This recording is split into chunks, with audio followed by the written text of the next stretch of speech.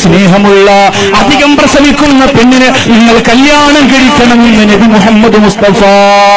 കല്യാണം കഴിക്കുമ്പോ കൂടുതൽ പ്രസവിക്കുന്ന പെണ്ണിനെ കല്യാണം കഴിക്കണം. അതെങ്ങനെയാതെ അവൾ കൂടുതൽ പ്രസവിക്കുന്നവളാണെന്ന് എങ്ങനെ അറിയും? ശരിയല്ലേ? കല്യാണം കഴിച്ചാലല്ലേ അറിയാൻ പറ്റൂ പ്രസവിക്കോ ഇല്ലെന്ന്. അപ്പൊ എങ്ങനെ അറിയാൻ പറ്റും? അവളുടെ കുടുംബം നോക്കിയാൽ മതി. വിവാഹാലോചന വരുമ്പോ ചോദിക്കണം എത്ര മക്കളാ? നമ്മള് പിന്നെ 12 മക്കളാണ്. അപ്പൊ അൽഹംദുലില്ലാ. അപ്പൊ ഉമ്മ അങ്ങനെയാണെങ്കിൽ മോളും കുഴപ്പമുണ്ടാവൂല. അല്ല, അങ്ങനെയാണ്. പ്രസവത്തിൽ കുറെ പാരമ്പര്യത്തിന്റെ രഹസ്യങ്ങളുണ്ടല്ലോ, വെറുതെ പറഞ്ഞതല്ല. അങ്ങനെയാണ് നോക്കുക. അല്ല പിന്നെ കല്യാണം കഴിഞ്ഞ് ഞാൻ നോക്കട്ടെ 10 വർഷം കഴിഞ്ഞിട്ട് ഉറപ്പിക്കുക, അങ്ങനെ പറ്റൂല. ഇവന്റ് മാനേജ്മെന്റിനെ ഏൽപ്പിക്കാൻ പറ്റില്ല. ലിവിൻ ടുഗദർ ഒന്നുമല്ല, അത് ഇസ്ലാം അനുവദിക്കുന്ന കാര്യമല്ല. കല്യാണത്തിന് മുമ്പ് കുടുംബത്തെ നോക്കിയാൽ മതി, അറിയാൻ പറ്റും. എത്ര മക്കളുണ്ട് നിങ്ങൾ? ഞങ്ങള് ഉമ്മാക്കും വാപ്പാക്കും ഒറ്റ മോളാണ്. ഒറ്റ മോളാണെങ്കിൽ ഉമ്മ വാപ്പ എന്നല്ല പറയാം, പപ്പ മമ്മ. ഒറ്റ മോളാകുമ്പോ അങ്ങനെ ഒരു വാക്ക് വരും. അപ്പൊ നിങ്ങൾ ചിന്തിക്കണം, അപ്പൊ ഇതും വലിയ ഒന്നും ഉണ്ടാവാൻ സാധ്യതയില്ല. അല്ല, 2.25 കിട്ടിയാ കിട്ടി, ഇത്ര ഉണ്ടാവില്ല. 10-12 മക്കളൊക്കെ, ഒരു 5-6 മക്കളൊക്കെ ഉണ്ടെന്ന് പറയുമ്പോൾ സന്തോഷമാണ്. ഇത് നിങ്ങളുടെ കുടുംബത്തിൽ ഇത്ര നമ്മൾ 12 പേരെന്ന് പറയുമ്പോൾ അള്ളാഹു അറ്റാക്കൊന്ന് അപ്പോഴേ ചോദിച്ചാണ് മരിച്ചെന്ന് വീഴും. അങ്ങനെയാണെങ്കിൽ പിന്നെ വേണ്ട, അവിടെ പോയി കഴിഞ്ഞാൽ ചെലവ് കൂടും. കാരണം ഭാര്യ വീട്ടിലേക്ക് എന്തെങ്കിലും സാധാരണ കടയിൽ നിന്ന് കൊടുവള്ളി ഇറങ്ങി ഒരു ബേക്കറി 2 കിലോ അലുവ വാങ്ങിച്ചിട്ട് 2 കിലോ അലുവ ആർക്കും തികയില്ല, ഒരു 20 കിലോ വാങ്ങിക്കേണ്ടി ഒരു ഇത്രയും കിടക്കില്ലെന്ന് വിചാരിച്ചിട്ട് അവൻ കിട്ടൂല. പക്ഷെ കൂടുതൽ അംഗമുള്ള വീട്ടിൽ നിന്ന് വേണം കിട്ടാനുള്ളത്, അല്ലെ? മുമ്പ് മലപ്പുറത്തുനിന്ന് ഒരു പെണ്ണുകെട്ടിയ സഹോദരന്റെ കഥ പറഞ്ഞിട്ട് ആകെ മാനസികമായിട്ടുണ്ടല്ലോ, അത് പറയുമ്പോഴൊക്കെ ചെയ്തു വരികയാണ്. തിരുവനന്തപുരം ജില്ലയിലുള്ളവർക്കും പോയി മലപ്പുറത്ത് പോയി പെണ്ണുകെട്ടിയത് അവന്റെ ജീവിതത്തിൽ. കാരണം മലബാറിലൊക്കെ ഈ മണവറ കൂടുതലുള്ള, അല്ലെ? മണവറയ്ക്കകത്ത് ഇരുത്തി അവിടെ തന്നെ അമ്മായി അതുകൊണ്ട് ഒന്ന് അത് കൊടുത്ത് ഇത് കൊടുത്തങ്ങ് തിരിച്ചു. തിരുവനന്തപുരത്ത് നിന്ന് അങ്ങനെയൊന്നുമില്ല. കല്യാണം 2 മണിയോടുകൂടി 12 മണിക്ക് നിൽക്കാതെ 2 മണിയോടുകൂടി ഹത്തം പോവുക, എല്ലാം കഴിഞ്ഞ പെണ്ണും ഭർത്താവിന്റെ ഇഷ്ടത്തിന് പോവാം. അവിടെ പിന്നെ മണവറയിൽ ഇരുത്തലോ അമ്മായി വിളമ്പി കൊടുക്കലോ അങ്ങനൊന്നുമില്ല. ആകെ ഉള്ള ഒരു ചടങ്ങെന്ന് പറഞ്ഞാൽ അമ്മായിക്ക് ഒരു മോതിരം കൊടുക്കലാണ്. ഭർത്താവ് പാലും പഴം കൊടുക്കുമ്പോൾ അതിനകത്ത് ഉണ്ടാവും, അതിൽ മുക്കിയെടുത്തോളൂ, അത്ര തന്നെ. ഇതൊരു രസത്തിന് നടത്തുന്ന, ഇസ്ലാമിൽ അതിൽ വിധിയൊന്നുമില്ല കേട്ടോ. അപ്പൊ ഇവനങ്ങനെ മലപ്പുറത്ത് പോയി പെണ്ണ് കെട്ടി. ഇവനാണെങ്കിൽ വിശക്കാണ്, ഇവിടെ ഭയങ്കര സാധനമാണെന്നൊക്കെ പറഞ്ഞിട്ട്. അപ്പൊ മലപ്പുറം ഈമാൻ കൂടിയതായതുകൊണ്ടോ നോമ്പിനങ്ങ് നിക്കാതെ നടത്തി. ഇവൻ ആകെ കൂടി നോമ്പിന് നിക്കാടത്തി വല്ലതും കിട്ടുമോ? ഒരു നോമ്പ് തുറന്നിരിക്കുമ്പോ പറഞ്ഞ് തറാവി നിസ്കരിച്ചിട്ട് വരാൻ പറഞ്ഞു. ഇന്ന് വേണ്ടായിരുന്നു നിൽക്കുക. അള്ളാഹു ഇനി തറാവിയൊക്കെ കഴിഞ്ഞ് ഒരു എത്ര മണിയാവും? തിരുവനന്തപുരത്ത് തറാവി വന്നാൽ 20 മിനിറ്റ് കൊണ്ട് 20 റക്കഅത്ത് അപ്പോഴേ കഴിയും. ഏറ്റവും സ്പീഡ് തീർക്കുന്നവർക്ക് പെരുന്നാളിന് ട്രോഫിയും കിട്ടും, ഹത്തീവിന്. അങ്ങനത്തെ പല സ്ഥലങ്ങളും ഉണ്ട്. അപ്പൊ ഇവിടെയൊക്കെ മണിക്കൂറുകളോളം നിസ്കരിക്കുമ്പോ എന്ത് ചെയ്യുമെന്നറിയാതെ അങ്കരാപ്പിലാണ് ആ പ്രിയപ്പെട്ട സഹോദരൻ. തറാവിയൊക്കെ കഴിഞ്ഞ് ഓരോ 4 റക്കഅത്ത് കഴിയുമ്പോഴും സ്വലാത്തും അതൊക്കെ തുടങ്ങി എല്ലാം കഴിഞ്ഞ് വീട്ടിൽ വന്നപ്പോ തന്നെ ഒരു സമയമായി. മക്കളൊക്കെ മലബാറിൽ രാത്രി ഒന്നും നിക്കാഹിന്റെ ഒന്നും പിന്നെ റമദാനിലൊന്നും ഉറക്കൊന്നുമില്ലല്ലോ, ഒന്നും കിട്ടിയില്ല. അവന് ആകെ ക്ഷീണമാണ്, ഭക്ഷണമൊന്നും കഴിച്ചില്ല, നോമ്പും പിടിച്ച് നിക്കാഹും ഭാര്യയപ്പോ വരും, മോക്കെ ആകെ ക്ഷീണിച്ചിരിക്കും. അപ്പൊ അമ്മായി എന്തെന്നറിയോ, ഒരു 6 മുട്ട പുഴുങ്ങിയിട്ട് ഇങ്ങനെ കൊണ്ടുവച്ചു. മുട്ട കാടമുട്ടയല്ലോ കേട്ടോ, വലിയ സാധാരണ കോഴിമുട്ട. അപ്പൊ വിചാരിച്ച തുടങ്ങി ഫസ്റ്റ് മുട്ടയിലാണ് സ്റ്റാർട്ടിങ്. അൽഹംദുലില്ലാഹ്. അപ്പൊ ഒന്ന് റാഹത്തായിട്ടൊന്ന് കഴിക്കാൻ വേണ്ടി ഒരെണ്ണം കയ്യിലെടുത്തപ്പോ ഡോറ് തുറന്നൊരു കൊച്ചു പയ്യൻ. മലബാറിലല്ലേ ഇഷ്ടംപോലെ മക്കളുണ്ടാവും വീട്ടിൽ, 2 വയസ്സുള്ളത്, 4 വയസ്സുള്ളത്, 6 വയസ്സുള്ളതൊക്കെ ഉണ്ട്. ഒരുത്തൻ മണവര ഡോറ് എന്ന് പറഞ്ഞ് മുട്ട എടുത്ത് ഒറ്റ വീഴുങ്കൽ കണ്ടും തോന്നുന്നു അവനങ്ങ് പോയി. അപ്പൊ ഇവന്റെ കയ്യിൽ നിന്ന് ഒരെണ്ണം പോയി. അടുത്ത മുട്ട പിടിക്കുമ്പോ അടുത്തവൻ പറഞ്ഞു. അങ്ങനെ 4-5 മക്കളും 5 മുട്ടയും കൊണ്ടുപോയി. വീടിനകത്ത് ഇഷ്ടംപോലെ മക്കളുണ്ട്, നോമ്പിന് ഉറക്കൊന്നുമില്ലല്ലോ.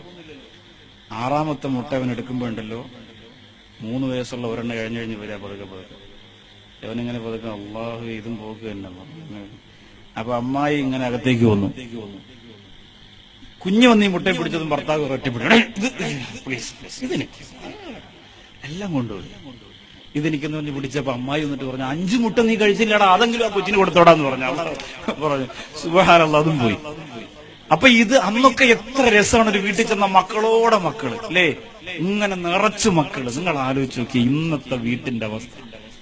ഇന്ന് ആകെയുള്ള മക്കള് വലുതായി. അവരെന്താ 5 മക്കളുണ്ടെങ്കിലും ഓരോന്ന് വാട്സപ്പ് ഓണാക്കി, ഫേസ്ബുക്ക് ഓണാക്കി, ഓരോന്നാ മൂലയിരിക്കും. ഒരു ബഹളം, ഒരു അനക്കവും ഇല്ല. കുഞ്ഞു മക്കളുണ്ടെങ്കിൽ എന്ത് രസമാണ്. 2 മക്കളുള്ളവർ ഈ സരസിലുണ്ടെങ്കിൽ ഒന്ന് കൈപൊക്കെ, പുരുഷന്മാര് മാത്രം മതി. വെറുതെ ഒക്കെ അല്ലേ? ഭാര്യമാരെ നോക്കുക, അല്ല എന്റെ ഭർത്താവ് ഇത് നോക്കണം, എനിക്ക് രണ്ടല്ലേ ഉള്ളൂ, അപ്പൊ ഒന്ന് വേറെ എവിടെയും കാണുമെന്ന് വിചാരിക്കും. അതുകൊണ്ട് ശ്രദ്ധിക്കണം. യൂട്യൂബിലൂടെ ലൈവായി കാണുന്ന പ്രോഗ്രാം നാളെ അവർ ഇട്ട് നോക്കിയിട്ട് സൂം ചെയ്ത് നോക്കും, എന്റെ മാപ്പിള കൈ പൊക്കിയിട്ടുണ്ടോ, അപ്പൊ പ്രശ്നമാവും. അപ്പൊ ഇതെന്താ, മക്കളൊരു സന്തോഷമാണ്. അള്ളാഹു വിവാഹം കൊണ്ട് ആഗ്രഹിക്കുന്നത്, രക്ഷപ്പെടുന്നത് ഒന്നാമത് സന്താന സൗഭാഗ്യമാണ്. മക്കളില്ലാത്തവരെ 10 വർഷം കഴിഞ്ഞ്, 15 വർഷം കഴിഞ്ഞ്, 20 വർഷം കഴിഞ്ഞ് മക്കളില്ല ഉസ്താദേ, മക്കളില്ല എന്ന് പറയാത്ത ഒരു സരസ് പോലുമില്ല, ഒരു സരസ് പോലുമില്ല. എവിടെ പോയാലും പ്രസംഗത്തിന് പോകുമ്പോ പറയുന്ന ദുആലിസ്റ്റിന്റെ വസിയത്തോട് ഒന്നാമത്തത് മക്കളില്ലാത്തവരാണ്.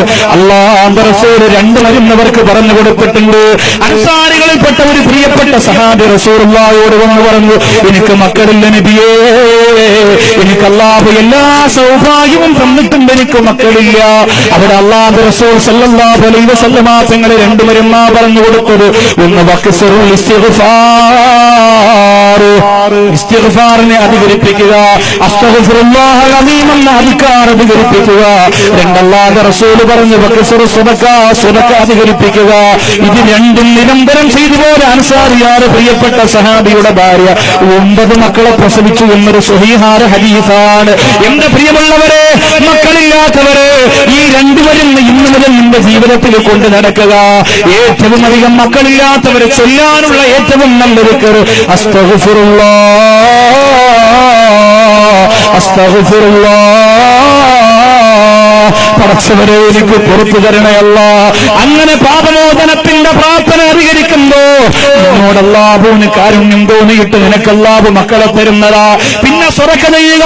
കീഴ്പറമ്പിന്റെ ഇടവണ്ണപ്പാറയുടെ കോഴിക്കോടിന്റെ ചുറ്റുവട്ടത്ത് താമസിക്കുന്ന പാവപ്പെട്ടവർക്ക്, അല്ലാഹുവേ അർഹതപ്പെട്ടവർക്ക് നിങ്ങൾ എന്തെങ്കിലും കൊടുത്തുകൊണ്ടവരെ വല്ലപ്പോഴും ഒന്ന് സഹായിക്കുക.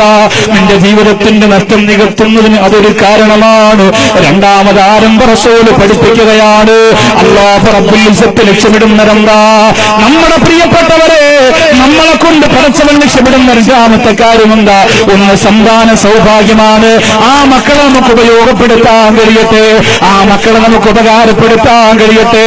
ഇവിടെ വാഫി കോളേജിൽ പഠിക്കുന്ന 90ഓളം മക്കള്, എന്റെ ആസാറെന്ന കൊടുവള്ളിയിൽ താമസിക്കുന്ന കൂട്ടുകാരന്റെ വീടിന്റെ മുമ്പിലുള്ള ഖുർആൻ ശരീഫും തള്ളി പഠിക്കുന്ന പ്രിയപ്പെട്ട മക്കള്, അല്ലാഹുവേ എത്രയോ സ്ഥാപനങ്ങള് സമസ്തയെന്ന മനോഹരമായ ആത്മീയതയുടെ പ്രഭ പരത്തുന്ന മനോഹരമായ പൂമരത്തിന്റെ വൃക്ഷത്തിന്റെ തണലുകൊണ്ട് വളർന്നു വരുന്ന എത്രയോ ആത്മീയമായ സോപാനങ്ങള്, അൽഹംദുലില്ലാഹ് അതിൽ വളർന്നു വരുന്ന പ്രിയപ്പെട്ടവർ അതബിന്റെ അഴകിന്റെ അറിവിന്റെ താഴികക്കുടങ്ങൾ സമർപ്പിച്ചുകൊണ്ട് ഇവിടെ പറന്നു പോകുമ്പോ, അല്ലാഹുവേ ബഹുമാനപ്പെട്ട സൈനുൽ ഉലമ എന്നാണ് ഈ നഗരിക്ക് പേരിട്ടിരിക്കുന്നത്. ദാറുൽ ഹുദയുടെ ഭൂമുഖത്ത് ബഹുമാനനായ മുനീർ ഹുദവിയെ പോലെയുള്ള ഖലീൽ ഹുദവിയെ പോലെയുള്ള ഇന്ന് കേരളം അത്ഭുതത്തോടെ നോക്കിക്കാണുന്ന സിംസാറുൽ ഹുദവിയെ പോലെയുള്ള പ്രവാചകന്മാർ ഇൽമു പഠിച്ചോടെ മനോഹരമായ ഭൂമരത്തിന്റെ മുറ്റത്ത് കിടക്കുന്ന സൈനുൽ ഉലമ, അല്ലാഹുവേ എപ്പോഴോ മക്കളെ വാർത്തെടുത്തു. ആത്മീയതയുടെ അടിസ്ഥാനം പാകിയിട്ടാണ് ലോകത്തിൽ നിന്ന് വിട പറഞ്ഞു പോയത്. അതുകൊണ്ടാണ് ആ പ്രപദം എന്നുകൊണ്ട് ലോകത്തിൽ നിന്ന് വിട പറഞ്ഞു പോയത്. ആരുടെയോ മൊബൈലിലോ ക്യാമറയിലോ പതിഞ്ഞുപോയ ബഹുമാനപ്പെട്ടവർ വഫാത്തായി കിടക്കുന്ന മുഖത്തിന്റെ പ്രഭയുണ്ടല്ലോ. അല്ലാഹുവേ നമ്മുടെ പ്രിയപ്പെട്ട ഗുരുനാഥന്മാർ മരപ്പെടുമ്പോ മുഖം കാണിച്ചു വരാൻ പറ്റില്ലെന്ന് പറഞ്ഞുകൊണ്ട് തട്ടമിട്ട് മൂടിവെക്കണ്ടുന്ന ഗതികേട്, അല്ലാഹുവേ കറകളൊന്ന് ഈ ഗുരുനാഥന്മാരുടെ പാരമ്പര്യത്തിൽ പോലും സംഭവിച്ചിട്ടില്ല. അല്ലാഹുവേ അതിലൂടെ നടക്കാതെ ഞങ്ങൾക്ക് ഭാഗ്യം തരണമല്ല. അങ്ങനെ എത്രയോ ആലിമീങ്ങൾ, അങ്ങനെ എത്രയോ ഉലമാക്കള് ലിവാഉൽ ഹുദ എന്നത് ഈ കീഴ്പറമ്പിലെ സ്ഥാപനമാണെങ്കിൽ ഇതുപോലെ 100 കണക്കിന് സ്ഥാപനങ്ങളില്ലേ തങ്ങന്മാര് നേതൃത്വം കൊടുക്കുന്ന ആലിമീങ്ങളും ഹാഫിളീങ്ങളും സോലിഹീങ്ങളും ദുആ ചെയ്യുന്ന സ്ഥാപനങ്ങൾ. ആ സ്ഥാപനത്തിലൂടെ പഠിച്ചവരാണ് ഇന്ന് ഈ സമുദായത്തിന് നേതൃത്വം കൊടുക്കുന്നത്. എത്രയോ അറിവിന്റെ അത്ഭുതങ്ങൾ വിരിച്ചവരാണ് ലോകത്തിന്റെ പ്രിയപ്പെട്ടവരെ നമ്മുടെ സ്ഥാപനത്തിന്റെ മക്കള്. അറിയുക, നിങ്ങൾ ഈ പ്രിയപ്പെട്ട മക്കളുടെ അറിവ് നിങ്ങൾ അറിഞ്ഞോ? ഈ പ്രിയപ്പെട്ട മക്കളുടെ അഴക് നിങ്ങൾ അറിഞ്ഞോ? ഞാൻ ഓർത്തു പോകുകയാണ്, എത്രയോ സ്ഥലത്ത് 100 കണക്കിന് 1000 കണക്കിന് സ്ഥലത്ത് വീഡിയോ റെക്കോർഡിങ്ങിന് വരുന്ന എന്നോടൊപ്പം വന്ന കമലാശ്രീയ ബുക്ക്താളിന്റെ പ്രിയപ്പെട്ട സഹോദരങ്ങള്, ഇന്ന് ഞാൻ നോക്കുമ്പോ ഒരു മുത്തലിമ് അവർക്ക് കുടിക്കാൻ 2 ഗ്ലാസ്സിൽ ചായ കൊണ്ട് കൊടുക്കുകയാണ്. അൽഹംദുലില്ലാഹ്, അത് പാണ്ഡിത്യത്തിന്റെ പാരമ്പര്യം പഠിപ്പിച്ചു കൊടുക്കുന്ന ലിവാൽഹുദയുടെ മക്കൾ പഠിച്ച ആദബിന്റെ ഭാഗമാണ്. ആദബ് എവിടെ നിന്ന് കിട്ടിയതാണ്? ഇവിടുത്തെ സപ്ലിമെന്റിനകത്ത് ബഹുമാനപ്പെട്ട കോയക്കുട്ടി ഉസ്താദിന്റെ ഫോട്ടോ കൊടുത്തിരുന്നല്ലോ. അല്ലാഹുവേ, ആ ബഹുമാനപ്പെട്ടവർ യോഗ ചെയ്ത് കിടക്കുമ്പോ ഒന്ന് കാണാൻ പോയി. ആദബ് എവിടെ നിന്ന് കിട്ടിയതാ? ഈ മുതഅല്ലിമീങ്ങൾക്ക് ആ അറിവ് എവിടെ നിന്ന് കിട്ടിയതാ? നബിയുഹുദവിക്ക് അങ്ങനെ അവരെ പഠിപ്പിച്ചു കൊടുക്കാറുള്ള മനസ്സെവിടെ നിന്ന് കിട്ടിയതാ? ഈ മര്യാദ എവിടെ നിന്ന് കിട്ടിയതാ? അല്ലാഹുവേ, ഞങ്ങളൊക്കെ പ്രസംഗിച്ചു പോകുമ്പോൾ വീഡിയോ റെക്കോർഡിങ്ങിന് വരുന്ന പ്രിയപ്പെട്ട മക്കളെ പരിഗണിക്കാൻ സംഘാടകർക്ക് പല സ്ഥലത്തും സമയം ലഭിക്കലില്ല. അവരെ നോക്കില്ല, അവരെ ഗൗരവത്തോടെ കാണില്ല. മഞ്ഞും മഴയും കൊണ്ടുകൊണ്ട് ഞങ്ങളോടൊപ്പം ദീനിന്റെ ലോകത്തിന് വേണ്ടിയിട്ട് ലോകം മുഴുവൻ നിങ്ങൾ കൊടുക്കുന്ന നാണയത്തിട്ട് വാങ്ങിയിട്ടാണെങ്കിൽ പോലും ഒരു ലോകത്തിന്റെ മാർഗത്തിൽ വേണ്ടി എല്ലാം മറന്ന് ഞങ്ങളോടൊപ്പം വരുമ്പോ അവരുടെ മുന്നിൽ ചാരുകൊണ്ട് കൊടുത്തപ്പോ കണ്ണു നിറയേണ്ട കാര്യം എനിക്കില്ല. കാരണം എന്താ? അവർ പാരമ്പര്യത്തിന്റെ അറിവിന്റെ മര്യാദയുടെ മഹത്വം അറിയുന്ന പ്രിയപ്പെട്ട മക്കളാണ്.